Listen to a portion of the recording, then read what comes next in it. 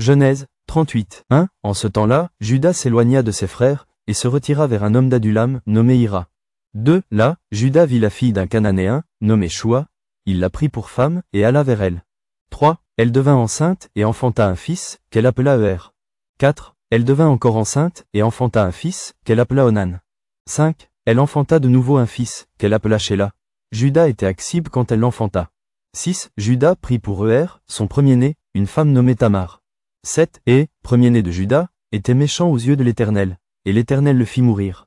8. Alors Juda dit à Onan, va vers la femme de ton frère, prends-la, comme beau-frère, et suscite une postérité à ton frère.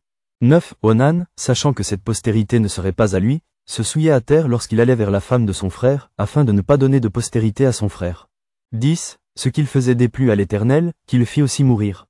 11. Alors Juda dit à Tamar, sa belle-fille, demeure veuve dans la maison de ton père, jusqu'à ce que Shéla, mon fils, soit grand. Il parlait ainsi dans la crainte que Shéla ne mourût comme ses frères. Tamar s'en alla, et elle habita dans la maison de son père.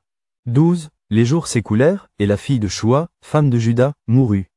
Lorsque Juda fut consolé, il monta à Timna, vers ceux qui tondaient ses brebis, lui et son ami Hira, l'Adulamite. 13. On en informa Tamar, et on lui dit, voici ton beau-père qui monte à Timna, pour tondre ses brebis.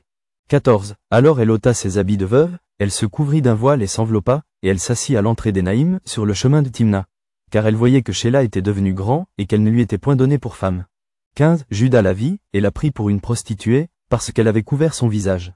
16. Il l'aborda sur le chemin, et dit, laisse-moi aller vers toi. Car il ne connut pas que c'était sa belle-fille. Elle dit, que me donneras-tu pour venir vers moi? 17. Il répondit, je t'enverrai un chevreau de mon troupeau. Elle dit, me donneras-tu un gage, jusqu'à ce que tu l'envoies? 18. Il répondit, quel gage te donnerai-je? Elle dit, ton cachet, ton cordon, et le bâton que tu as à la main.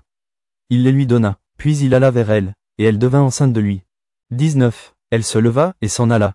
Elle ôta son voile, et remit ses habits de veuve. 20. Juda envoya le chevreau par son ami l'Adulamite, pour retirer le gage des mains de la femme. Mais il ne la trouva point. 21. Il interrogea les gens du lieu, en disant, où est cette prostituée qui se tenait à Énaïm, sur le chemin? Ils répondirent, il n'y a point eu ici de prostituée. 22. Il retourna auprès de Juda, et dit, je ne l'ai pas trouvée, et même les gens du lieu ont dit, il n'y a point eu ici de prostituée. 23. Juda dit, qu'elle garde ce qu'elle a. Ne nous exposons pas au mépris. Voici, j'ai envoyé ce chevreau, et tu ne l'as pas trouvé. 24. Environ 3 mois après, on vint dire à Juda, Tamar, ta belle-fille, s'est prostituée, et même la voilà enceinte à la suite de sa prostitution. Et Juda dit, faites-la sortir, et qu'elle soit brûlée.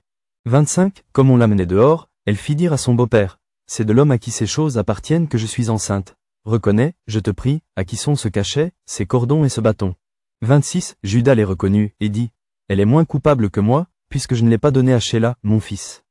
Et il ne la connut plus. 27. Quand elle fut au moment d'accoucher, voici, il y avait 2 jumeaux dans son ventre.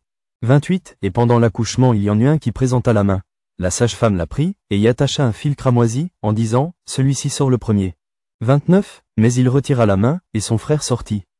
Alors la sage-femme dit, quelle brèche tu as faite? Et elle lui donna le nom de Péret. 30. Ensuite sortit son frère, qui avait à la main le fil cramoisi, et on lui donna le nom de Zérar.